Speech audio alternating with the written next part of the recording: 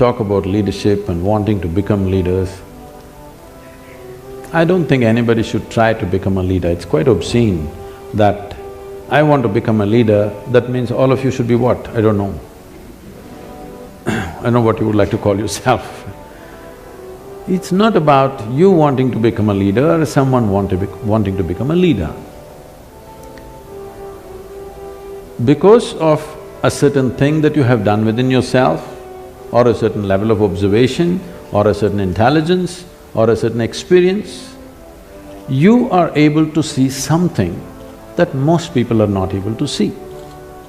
The moment you're able to see something, then people will naturally look up to you as a leader because you're seeing something that they cannot see. And if you become a leader, there are many ways to become a leader. You can get elected, you can get selected, you can work it, you can pull other people down and become a leader, or simply people will rise you as a leader because they see that either you're able to see something or you're able to do something which they themselves cannot do. I feel this is the way leadership should happen, if you want to call it that someone is able to see something and do something that others cannot do, so everybody wishes he must take charge of the situation because naturally he will be able to do something that the others will not be able to do. So what is the quality of leadership? Leadership means once you sit on a perch, you better see clearer than others, otherwise you'll make a ridiculous fool of yourself. There's a whole, in the nation certain things have been happening. Right. Somebody sits on a perch and he doesn't see any better than you, he looks like a fool immediately. So, it is not about you wanting to sit on the perch, you wanting to see something must get you to the perch. Not because you want to be above everybody else, you get to the perch. So what is the quality of a leader? I don't think there's any particular quality. One thing is, a leader means his sense of life is beyond himself. It's not about his sense of identity is beyond himself. Somebody becomes a leader because he is willing to think and feel and act for more people than himself. If you act for yourself, you're called self-centered. If you just act for the sake of 2 or 3 people you gather in the form of family, you are named as Dhritarashtra. There are modern names for that. If you identify yourself with the entire nation or the world, you'll be looked at in a different way. Essentially, your leadership will come from the right context depending upon what you're identified with. Because everybody needs an identity. What sort of identity have you taken will determine the context and the quality of your leadership.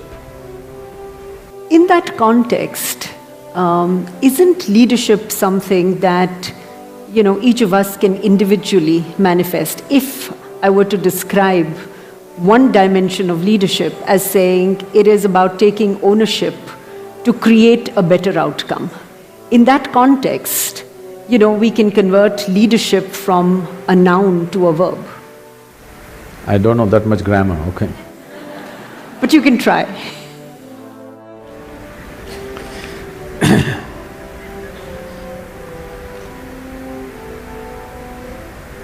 See, whatever we do, every human activity, the purpose of an activity is to produce something. Production may be a safety pin, a computer, love, joy, health, well-being, it doesn't matter what. We want to produce something. When we act, we want it to be effective. How small an act or how big an act is not the important. We want something to happen effectively, which means it's a question of efficiency, it's a question of with how little, how much more you could do. That's what makes you… Because all of us have the same amount of time in a day. People always tell me, Sathguru, you had such a long day. I said, unfortunately there's no long day, they give me only 24 hours. I would like to bargain for more, but it's not happening. You can make it more by increasing your efficiency, the way you function, including people as a part of yourself, where other people will function as a part of you so that you don't have to bother about so many things around you. In this sense, you can enhance what you do. But time-wise, all of us have the same time, we can't help it. So, how much can you produce In how little time, in how little material is the question. In the limited span of time which we have as life, what is it that we can do? Is it just about efficiency? Is it about simply mindless efficiency, do better, do better? No. At different times in history, people seem to want different things on the surface. But essentially, no matter which time of history, who they are, which part of the world they are, everybody wants the same thing, well-being.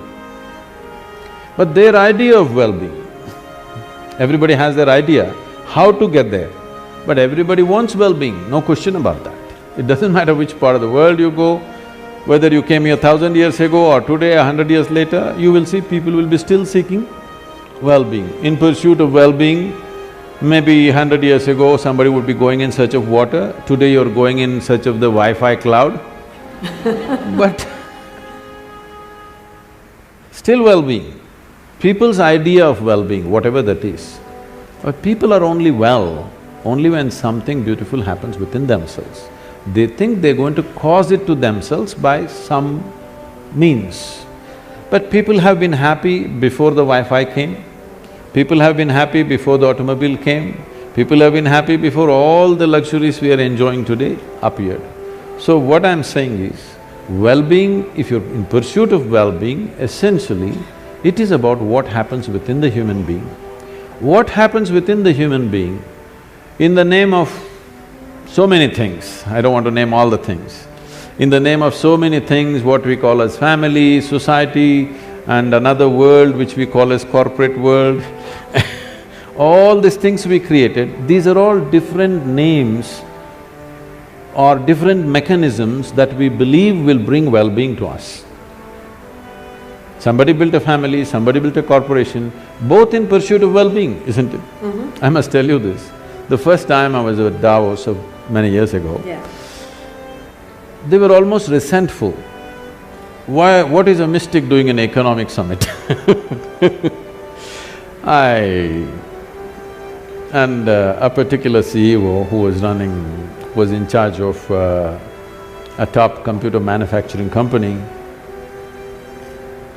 3 months later they got sold out to the Chinese. We can guess who they were. So he was very resentful. What are you doing here? Then I told him, see, what's your business? He said, I do computers. So see, whether you manufacture a computer or a safety pin or in between anything, fundamentally this is about human well-being. The basic business is human well-being. You may do it through your computer, somebody will produce safety pin, somebody will produce a cloth, somebody will produce something else. It doesn't matter what you're doing, the fundamental business is human well-being, and that's my business too. And that's why I'm here.